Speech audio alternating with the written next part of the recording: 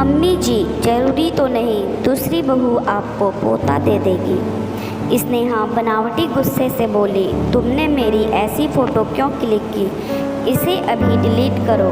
नहीं, इसे डिलीट नहीं करूँगा। कितनी प्यारी फ़ोटो आ रही है तुम्हारी, दिल का सारा दर्द निकल कर आ गया है, लेकिन तुम अपने चेहरे को इस दर्द से दूर रखने की पूरी कोशिश कर रही हो। इस फ़ोटो को तो मैं अब हमेशा अपने दिल के पास रखूँगा। तुम्हारी याद मेरे दिल से कभी नहीं जा सकती। नीलेश बोला, स्नेहा मुझे छोड़कर मत जाओ। स्नेहा और नीलेश की शादी को अभी 1 साल ही हुआ था। अरेंज मैरिज थी, लेकिन दोनों बहुत खुश थे एक दूसरे को अपना जीवन साथी बनाकर। दोनों को देखकर लगता था जैसे दोनों एक दूसरे के लिए ही बने हों।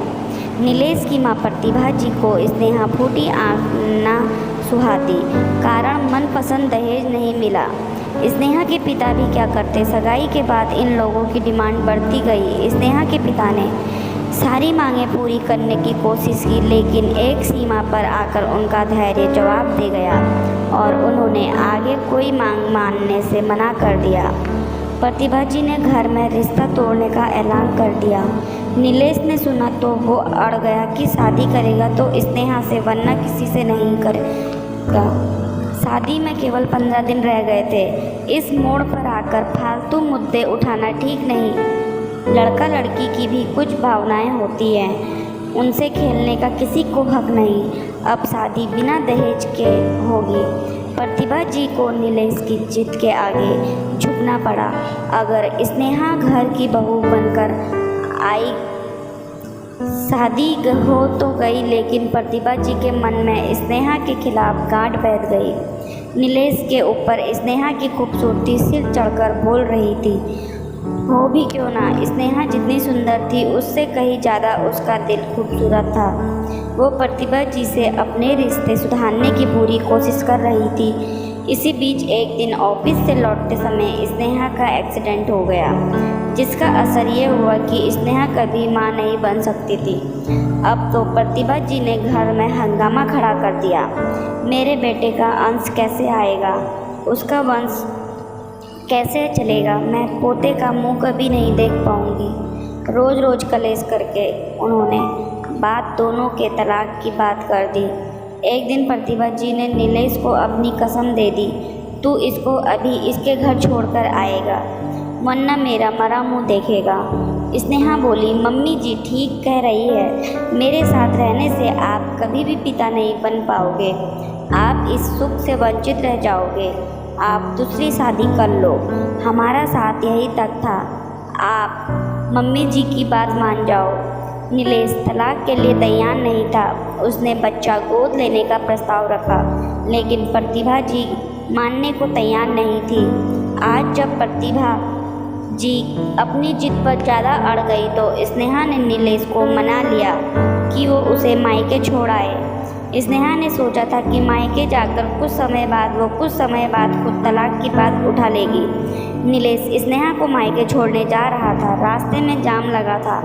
स्नेहा अपनी किस्मत को सोचकर परेशान थी। वो आंख बंद करके बैठ गई। मेरी ही किस्मत ऐसी क्यों, मैं भी नीलेश के बिना नहीं रह सकती। सासू माँ ऐसे कैसे 7 वचनों का रिश्ता पल भर में तोड़ सकती है, लेकिन मैं क्या करूँ जब सासू माँ को पोता चाहिए और मैं माँ नहीं बन सकती।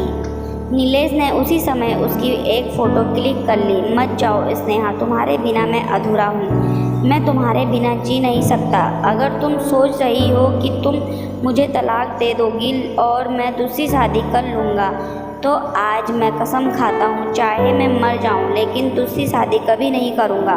और इस जन्म तो क्या, मैं अगले जन्म में भी तुम्हारे अलावा किसी से शादी नहीं करूँगा। ऐसा मत बोलो। भगवान से प्रार्थना करूँगी अगले जन्म में हम जरूर एक होंगे। जो तुम भी रुक जाओ, इस जन्म में तो मेरा साथ निभाओ। नीलेश की जिद पर स्नेहा ने हथियार डाल दिए। नीलेश ने गाड़ी वापस घर की तरफ मोड़ दी। घर पहुंचकर स्नेहा को देखकर प्रतिभा जी बोलने को थी कि नीलेश बोला, मम्मी ये जीवन 2 पहियों से चलता है। अगर एक पहिए में कुछ कमी आ जाए तो उसको फेंका नहीं जाता, दूसरा पहिया उस पहिए का सहारा बनता है। इस तरह से रिश्ते नहीं तोड़े जाते।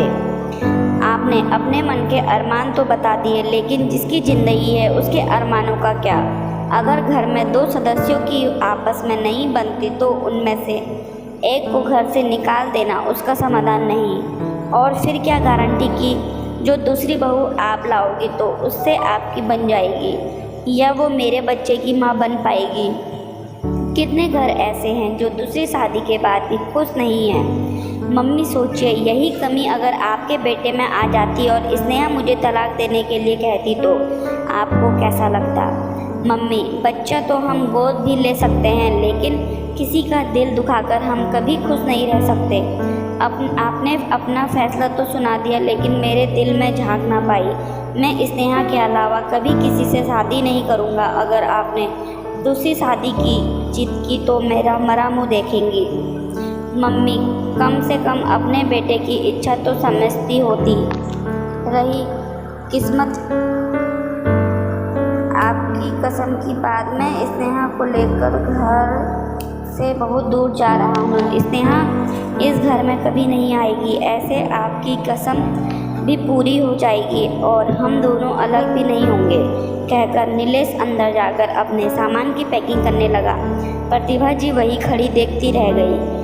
अब उनके पास कहने को कुछ नहीं था, क्योंकि अपनी कसम देकर वो कुछ कहने को रास्ता पहले ही बंद कर चुकी थी। अब तो बस वो उन दोनों को जाते हुए देख रही थी। अब चाहे वो स्नेहा को बुरा भला कहे कि उसने उनका बेटा छीन लिया, चाहे अपनी गलती पर पछताए, अब कोई फ़ायदा नहीं।